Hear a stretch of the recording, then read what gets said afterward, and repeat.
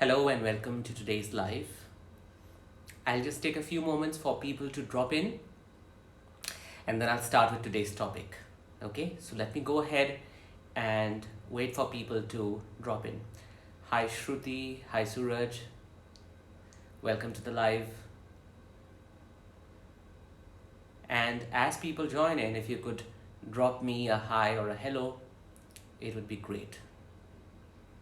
Now, last time I did the live, I know that some people could not write because something had gone wrong with Instagram and I was unable to fix it because people then couldn't drop in their comments. So hi Chayan. So today I've just fixed it so people can join in, people can ask me their questions, they can have their queries. Hi Shruti, and people can of course ask me comments, ask me questions, right? So great. Ready, steady, po. Hi, hello. Hi, Janice.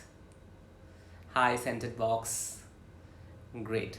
I'm truly glad that people are joining in for today's live. And today we are going to talk on an extremely important topic, right? And today's topic is basically how abortion, which is a sensitive topic once again, and I will not go into certain areas because I know that instead of helping people, it might just confuse people if I go in too deep. So I will go only as much as it is okay for all of us to move there with harmony, with coherence, with safety. And to be able to understand and absorb, because this can feel like a lot of information when we begin to open up such topics. And because a lot of us do not have, I did not have until a couple of years, I did not have the understanding from a systemic viewpoint how abortion affects generations that come, and how abortion affects the children that will be born after the abortion, how abortion affects the relationship between two people, and how abortion affects the entire system.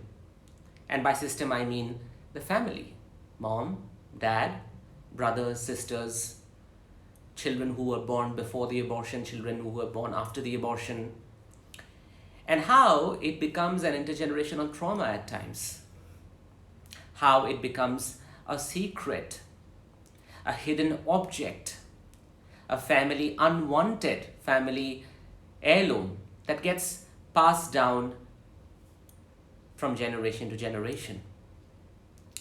So when we look at abortion, we know that it is not something that the mother would want the child to go through. We know that in all circumstances, even if the mother wants to abort the child, she is clouded, weighed, and pressured by other external circumstances. Things like marriage, it could be affair, it could be child out of a wedlock, it could be a result of trauma, rape, abuse. In all circumstances, the mother is always guided and burdened by external factors, things that cannot be controlled, aspirations and wishes of their spouse, maybe the husband. It could be possible that financially it is not possible to sustain family, motherhood, fatherhood. And whatever may be the reason, whatever may be the cause, the child at the end of the day ends up paying a heavy price. The child's price is the life of the child. Isn't that so? It pays by its life to sustain what the parents want to sustain, whether they want to uh, sustain their finances by not having the child, whether they want to have, let's say, a boy child, which the entire family wants, mother-in-law, father-in-law, mother, father, whoever. And they want to sustain that, and they don't want probably a girl child, and they want to abort this child, and so that they can wait for the next child who is expected to be male. Whether it's a single mother who cannot sustain, or who is mired by a lot of trauma and abuse by either the man in her life who got her pregnant, or her abuser, or her husband, or her in-laws. There are different situations that need to be sustained, that need to be preserved by not having this child. There are different reasons of abortions that people will state that it needs to be done because, well, we can't get married. Well, we can't have a family right now. Or this is the result of a wedlock. Or I don't want children. Or I want a male child. Or I don't want to go through this because it's my abuser's child. Every single reason is valid. But at the same time, the effect of that act, the effect of the child not surviving, the child being asked to leave its life, to give up its life, is a lot for the child to pay. It's a heavy price that the child pays. The child pays by its life. As a result of which, the first effect that we see is we cannot forget that there could be love, there may not be love, but it's sexuality that binds two people. So if there is love, let us assume that there is love and it's an intimate relationship. And because the child that is asked to give up its life is the product, is the point of consummation, is the pinnacle of that love, somehow the abortion always affects such long-term relationships. The abortion always affects in creating a void, in creating a distance, in creating a gap between couples. We will see that most couples lose the life in their love. They lose the aliveness in that love, the freshness post an abortion. Sometimes, if, let's say, one person, maybe the man wants to move out or move on, and the woman wants to move on, and then the relationship doesn't exist, and then the woman goes ahead and tries to date other people, be romantically involved with other people. What may happen at times, the woman carries an unconscious guilt about asking her child to pay a heavy price. This guilt is not a conscious form of guilt. I always talk about guilt. There's a video on guilt that I have made, that I had uploaded a few days back, on how our guilt is not a subjective guilt. The guilt that we have is universal. So the woman often suffers from an unconscious guilt. And this unconscious guilt may drive her to not have the next relationship, to somehow sabotage her upcoming relationship, somehow give up on the relationship that she may be able to create later. And this happens because the sacrifice that the child has made for its parents and for its mother is a lot. And that sacrifice goes unacknowledged. The sacrifice is not talked about. It's most of the time hidden, and the child goes unacknowledged. We don't even end up doing a ritual for the child. There is no grave that we set up for the child, right? There is no death ritual that we do for the child. We don't tell the child that you were my first child or you were my second child and I could not give you life and I'm sorry about it. We don't do that. And because we don't do that, there is always going to be an unconscious guilt which will pull us away from the love that we could have given ourselves by being with a partner, by being with a boyfriend, girlfriend, spouse. Right? So that's what abortion can do to a couple. It can create a void, it can create a gap, it can travel with the woman and might sabotage, she may end up sabotaging her prospective next romantic relationships. I had worked on a case long time back where this woman had come to me, and she was trying to figure out that why none of her relationships ever sustain. And I remember doing a family constellation with her. And in this constellation, there were around 5 to 6 people that I put in front of her. And I said, these are all your lovers. These are all your partners with whom you cannot sustain. And I asked all those 5 people to keep looking at her. And all the 5 people said that we can see someone else standing with her.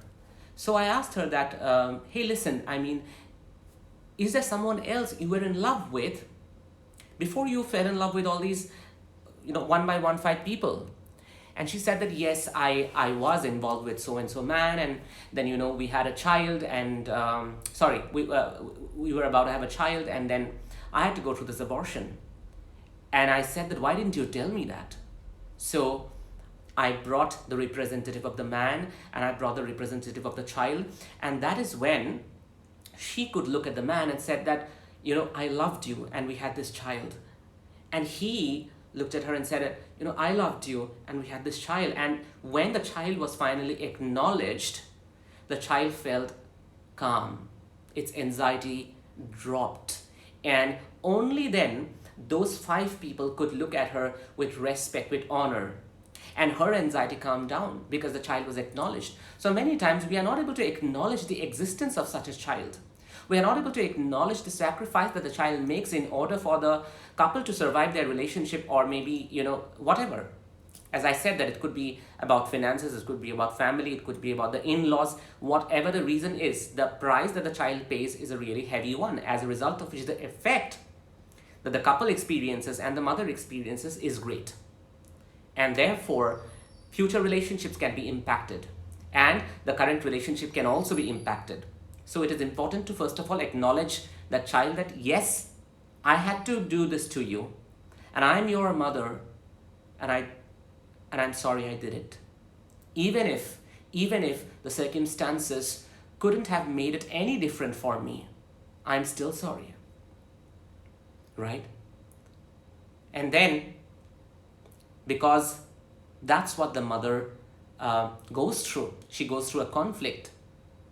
Her body is filled up with the memory, with the grief, with the guilt, with the anger, with the unexpressed emotion, with the trauma that happens with aborting, whether you abort by having a pill or you go through a DNC. The thing is, the body remembers. The body remembers. The body spikes out and throws out all the stress hormones, right? And because the body remembers, and its chemistry, its physiology is affected, as a result of which, systemically, again, the next child which comes in, let's say the next child is born, or maybe one child is born after 2 abortions. So what happens then is, most times I have seen in family therapy and childhood trauma, most times I have seen that the child who is born, the child who comes into this world, the child who survives, is also the child who sometimes carries a lot of anger towards the mother or a lot of anger towards the parents.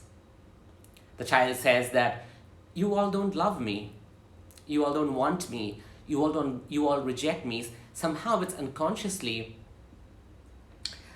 reflecting and expressing the voice of the aborted children that you all don't want me. Um, you all, I'm not important for you all reject me. So there is anger and frustration that is seen in the child, and most times the child also dims its light, goes into its shell, and diminishes and doesn't live a full, complete, and a wholesome life because it is often pulled by the energy of the aborted children. There is as if an unconscious form of loyalty towards the aborted children, that where the child looks at these children and says, you know, you are my brothers and sisters, and you all did not get to live. You all had to give up your life. So when I live a full life, I actually feel guilty. So I will deny myself the wonder of this life.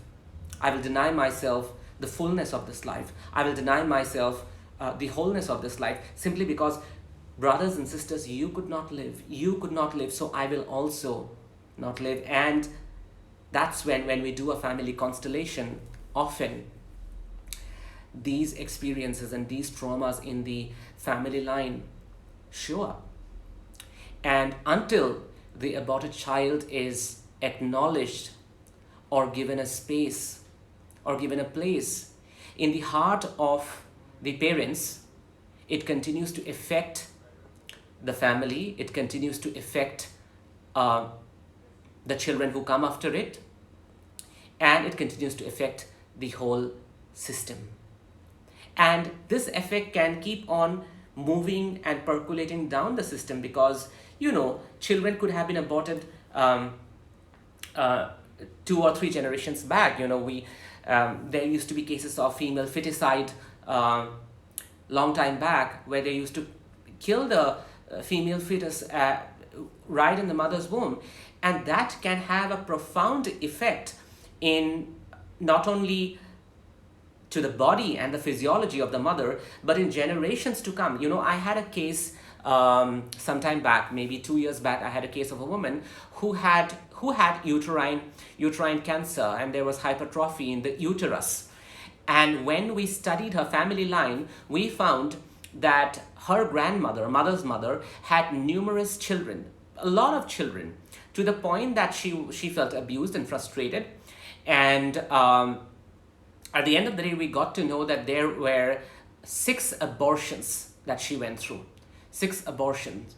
And the entire trauma that her body went through, the memory that the uterus absorbed, the kind of assault and abuse that she may have felt in her body, in her uterus, that memory remained, and it traveled down the generational line. It does travel down, because in my previous talks I have talked about how via epigenetics, how in the new field of study called epigenetics, we have found out that traumas from our mother's mother, which is our grandmother, travel down to our mom, and then it travels down to us, right? So that traveled down.